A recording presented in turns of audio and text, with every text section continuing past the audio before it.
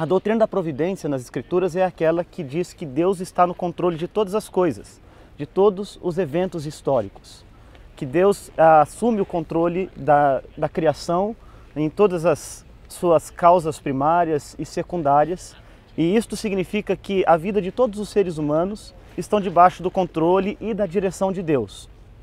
Um exemplo muito bonito que a gente tem nas Escrituras sobre esta doutrina da providência é encontrado na história de José.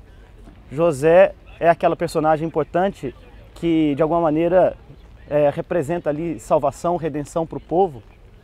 Ele foi vendido pelos seus irmãos como escravo ao povo do Egito. Passou por momentos muito difíceis ali na sua trajetória, ainda muito jovem.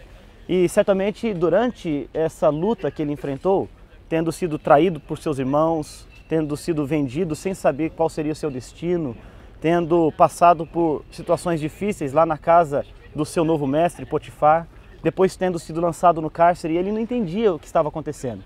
E muitas vezes na trajetória de vida da gente, a gente passa por situações difíceis sem entender o que está acontecendo ou por que isso está acontecendo, né? E qual é o propósito de tudo isso. Às vezes parece que o sofrimento e as lutas e as dificuldades da gente não fazem sentido nenhum. É porque a gente enxerga com os olhos da nossa realidade. A gente não consegue enxergar as coisas em perspectiva. Quando a gente olha a história de José, a gente consegue celebrar aquilo que Deus fez por meio de José, com os propósitos dele que eram desconhecidos, estavam escondidos. Mas José mesmo estava bem no meio do furacão e ele não sabia o que aconteceria consigo mesmo, né? Mas mais tarde ele entende isto. A gente vê ele dizendo aos próprios irmãos dele, arrependidos por terem vendido José, que aquilo que eles intentaram para o mal, Deus usou para o bem.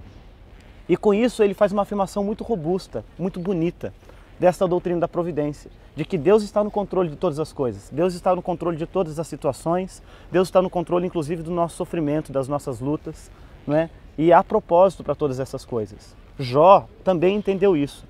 Quando ele entra em um debate com Deus, por assim dizer, e é literalmente humilhado depois de ter passado por tanto sofrimento, quando a gente lê em Jó capítulo 38, 39, 40, em Jó 42, verso 1, uma frase que é muito marcante nas Escrituras todas, de alguém que finalmente entendeu o que é a providência de Deus, é aquela que diz assim: bem sei que tudo podes e que nenhum dos teus planos podem ser frustrados.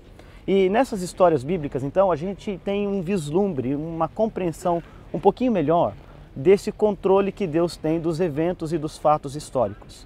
E a razão por que eu penso que é importante a gente considerar a providência de Deus ao falar da invenção da imprensa, quer dizer, de uma máquina, né, é pensar em como esta invenção foi usada por Deus, foi usada na providência de Deus como um meio de disseminar conteúdo que chegou até a gente, hoje.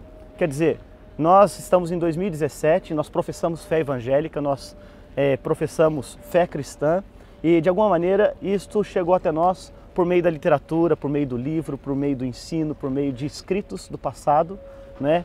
E na providência de Deus, neste caminhar de Deus na história, quer dizer, neste controle que Deus exerce sobre os eventos históricos, ele usou a invenção de um homem aqui nesta cidade, na cidade de Mainz, como um meio de difundir e propagar um ensino que haveria de revolucionar o mundo. E é importante usar essa palavra, às vezes ela é um pouco clichê, mas revolução é o que realmente significou a invenção da imprensa e é o que realmente significou aquilo que Martinho Lutero fez por meio da imprensa. Mais forte do que as marteladas lá na porta da igreja do castelo que nós visitamos, foram as máquinas girando e os tipos sendo impressos na folha escrita. Lutero, por exemplo, se tornou o principal best-seller, ou o primeiro grande best-seller da história. Entre os anos de 1521, até 1525, vejam só, num período de mais ou menos 4 ou 5 anos, ele era o autor mais lido de toda a Europa. Mais de 300 mil cópias dos livros, panfletos, tratados, escritos de Martinho Lutero circulavam por toda a Europa, quando, naquela altura, cerca de 1 milhão de livros apenas eram impressos, o que significa que 1/3 de toda a literatura publicada naquele período eram de obras de Martinho Lutero. E isto só foi possível por causa da invenção deste homem cerca de 100 anos antes.